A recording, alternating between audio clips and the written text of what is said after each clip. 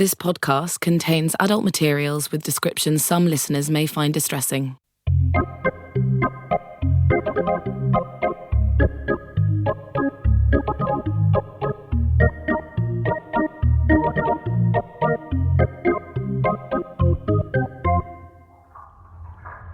Hi, hello, good day, or night if that's when you happen to be listening. Due to my notoriety performing lip-sync choreographies of the cheeky girl's greatest hits on the working man's club scene, you may be aware that my name is Gary Strange, and believe it or not, I live in London. I'm a citizen of London. I just so happen to live in the sewers. Currently, I'm residing in the twisted pipes of the Gothic Disneyland, otherwise known as Camden Town. You might assume that this is a particularly foul section of the London sewer system, as locals and tourists alike congregate to this epicenter of tat to get their rocks off on Jaeger bombs, Amarino ice cream, and basement-grown skunk. And you'd be right. It is not the most hygienic sewer I've ever encountered, but beggars can't be choosers, and there is more than one homeless person dwelling here besides my good self. Home is where the heart is, and this is especially true of Camden's sewers, as the local butchers have a tendency to throw animal hearts, lungs, and intestines they haven't been able to sell that day down into the street gutters. These innards worm their way through the rusty drains, plopping into the sewers below your feet. Fascinating what you can find down here. It is a carnivore's paradise. I never need to go to a restaurant again. Speaking of eating out, there's this one story I heard about a woman who had sex with a cat. Cat Cunnilingus, in fact. I chanced upon the conversation when I was recording the dripping tap hole of a public toilet in a charity building in Farringdon.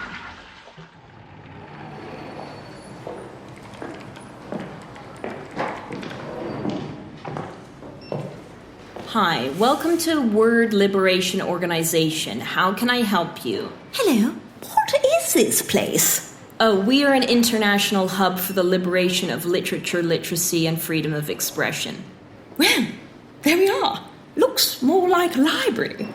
Yeah, well, essentially, we are a highfalutin landlord for other literary organizations with a pathetic excuse for an arts program that's funded by the Arts Council and has literally no relevance or resonance with either audiences or artists. But you didn't hear that from me. And please, do not come to any of our events. They suck. Sorry, I shouldn't have said that. Right. Well, thank you for your honesty. You're welcome. Augusta Linfield Bailey? Well, you're welcome, Augusta Linfield Bailey. And your name? Miranda. Miranda? How marvelous! How very single-named. Very Madonna. Did you know Miranda is an anagram of admired? Think about it. The admired Miranda? Right. It's a quote. From The Tempest? Act 3, Scene 1? Ring any Jacobean bells? No. Well, never mind. We can't educate everyone, can we? Now, I actually came in here because I'm in a spot of bother. Oh, really? What is it? Do you happen to have an iPhone charger? I do. You are now officially deemed a miracle worker. Would it be possible to please charge my phone just for an incy-wincy moment? Sure. That's wonderful. Thank you ever so much. You see, my phone's run out of juice, and I've got this big interview for the role of CEO at Censor International. Oh, yeah. Censor's just up the road. Exactly. And I came early to prep for the big kazoo, but my notes are on my phone, and classic Augusta, I forgot to charge it before I left. I'm sure my little ones were using Tic Tac or Snip Shit or some such thing and drained the battery. No problem. Happy to help. You're a star. You truly are. You know, it's surprisingly difficult to charge one's phone around this area. Yeah, there's a lot of dead space in Farringdon. It's a real shame, as it could be used for affordable housing. Yes, I know all about that. My husband and I just moved back to London with our 2 girls, Maud and Tess, and fingers crossed I'm going to get this job, because essentially we moved continents because of it, and career-orientated as I am, we thought it best to just move here and see what happens. It's been pretty slapdash, but I always enjoy spontaneity. Less so Charles, God forbid he should take a risk once in his straitjacket of a life. But then again, he did marry me, and that was a huge risk. At least his mother thought so. So grateful she has passed on now.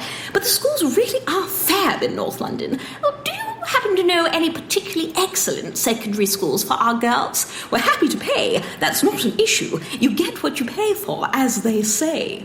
Sorry, are you asking me to research secondary schools for you? No, heavens no. Because I could do that if you're looking for that. I work freelance. I'm sure you're terribly busy writing a screenplay behind that reception desk of yours. I am, actually. It's a feminist perspective on the Cuban Revolution of 1950... Of course, I would need a professional's advice. Clearly, I mean, look at yourself.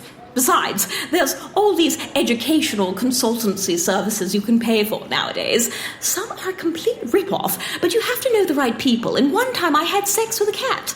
Excuse me?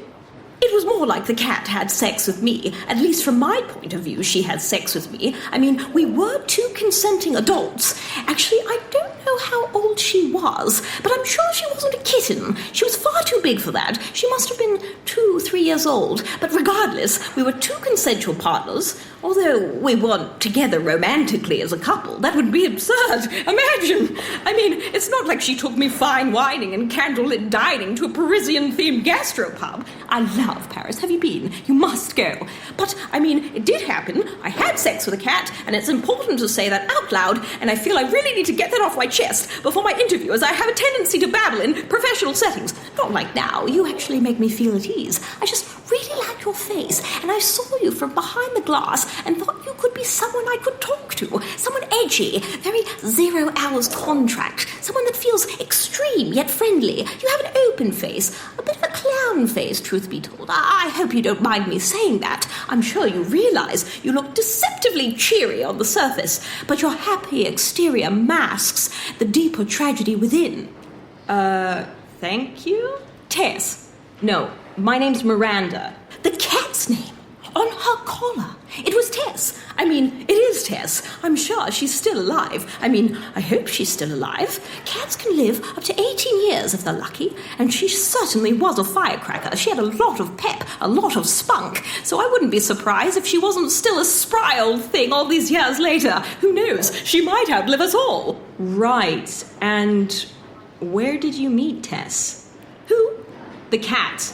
Sorry, I thought you meant my daughter. I met her through my vagina.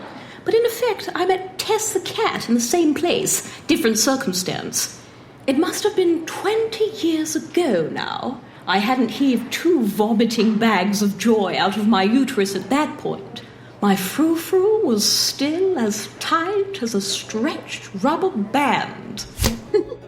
Back then, I was working as an international journalist covering apartheid in South Africa. This is the early 90s. Everyone uses "spice up your life" as a passing greeting, and there is no end in sight of the atrocities. I mean apartheid, not teen pop. I'm staying at a friend's rather luxurious house, right on the waterfront of Southport Beach on the south coast. My bedroom opens right onto the sand. Can you imagine? Stunning. Absolutely stunning. It's a warm, humid evening, and the sweat is just rippling off me, so I decide to take a swim in the ocean before the sun goes down and the aperitifs start clinking and calling my name. The water is glorious. My hair is swamped with seaweed, but it feels so freeing, so fresh, so invigorating to lollop around in the churning waves. I feel like I'm born again. Oh, I know exactly what you mean. I was actually born into a family of Jehovah's Witnesses back in Canada. I was shunned by my community when I came out as queer. So when I came to London and found this new community of allies, I felt like myself for the very first time. Right, well, good for you. Now, the sun is setting. There's these gorgeous pinks and purples and turquoises brushing against the sky. Very J.M.W. Turner if he had used pastels. I'm walking barefoot across the sand because, classic Augusta, I'd forgotten my Birkenstocks. The soles of my feet are disappearing deep into the golden, glowing earth. I see the open doors of my bedroom. The house is totally secluded. There's not a soul on the beach for miles around. I walk through the open doors and there's this beautiful breeze guiding me into the room, making the mosquito nets sway in the heat like gentle spirits. I'm still in my sea-drenched bikini, and as I'm slipping off the waterlogged bra, this cat pads through the open doors. Now, I know this cat because it's owned by my dear friend Raquel, and the guest room is, in fact, officially the cat's room. Tess's room, you understand. She normally hangs out there, so essentially I was usurping her space. Fair enough, hairy muff. They don't have guests often. It's apartheid, so who wants to visit unless you are a young, intrepid journalist like myself? At this point, I'm slipping off the bikini panties. It's a neon pink set. I'll never forget it. Very Cindy Crawford, circa 1991.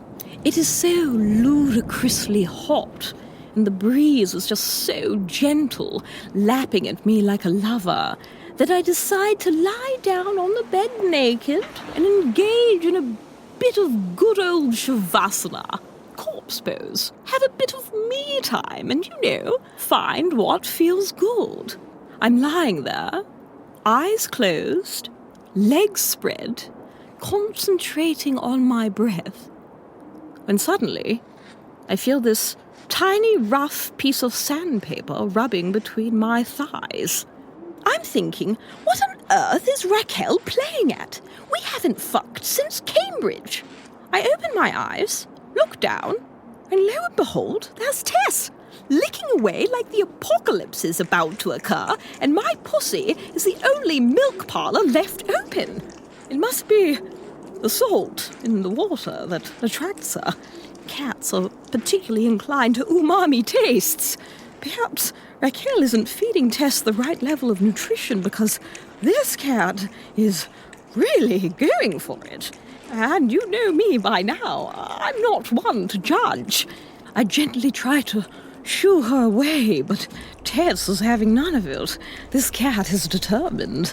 She is going to eat her fill, lick her plate clean, so to speak. So I just let her have that. I lie back and try to enjoy the ride. And do you know what? I did. I'm not ashamed to say it. I'm always up for new experiences, even when it comes to bestiality. Okay. Consensual bestiality, as previously stated. Tess was the one that instigated it. Not me. I would never have dreamed of it. But some dreams come true, even if you aren't the one that dreamed them. By the end, there is a bit of blood, because cats can really dig in there, and obviously her teeth are incisors. But overall, it was a very pleasant experience for us both. Did you come? Excuse me? Did you orgasm? That propulsion of energy, that flush of blood, that volcanic cascade of endorphins that just never happened. But that's not the point. It's the journey, not the outcome. That's what I tell my girls. And it was a happy ending by all accounts. I think we both felt that. Wow. Yes. That is extraordinary. There are a wealth of wonders on the South African coast. Don't let anyone tell you otherwise. I won't. The remarkable thing is, I was touched by the experience. Genuinely. It stuck with me. I never told Raquel, of course. I didn't want her to get the wrong idea.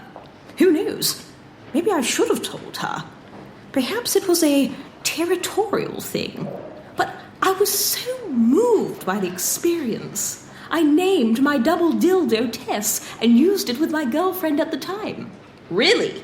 Yes, she was happy to honor that memory. Terribly thoughtful of her. And come to think of it, my daughter is called Tess, but that may have been because of Tess of the D'Urbervilles. At least, that's what I told my husband. It's a terrific book. Have you read it? No. Oh, you must. It's an astonishing piece of work. Thomas Hardy is to die for, once you get into him. I will keep that in mind. Now, I've chewed your ear off long enough. How is my battery doing? It's on 18%. Perfect. That will give me just enough juice to look over my notes.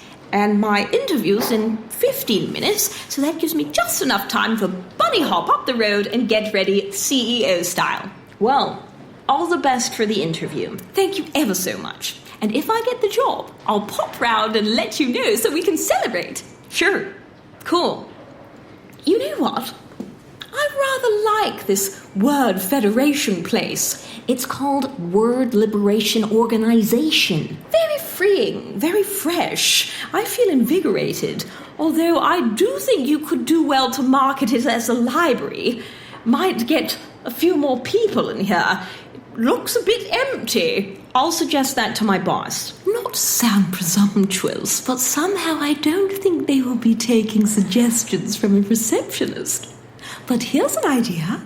If I get the job, I'll be sure to pop in and make my thoughts known. CEO to CEO. You do that, Augusta.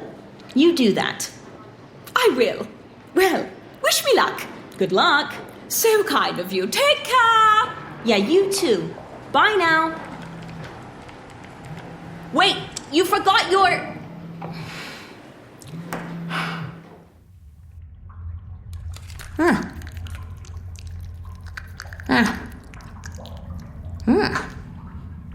Nummy. You should try this at home, kids. Clown Sex is written, performed, and produced by Natasha Sutton Williams. The director is Phoebe Ladenburg. The executive producer is Christopher Hogg. The sound designer is Matthew McGuinness. The music consultant and pianist is Morgan Hayes. The studio director is Jordan Wakefield. The original music is composed and performed by Natasha Sutton Williams.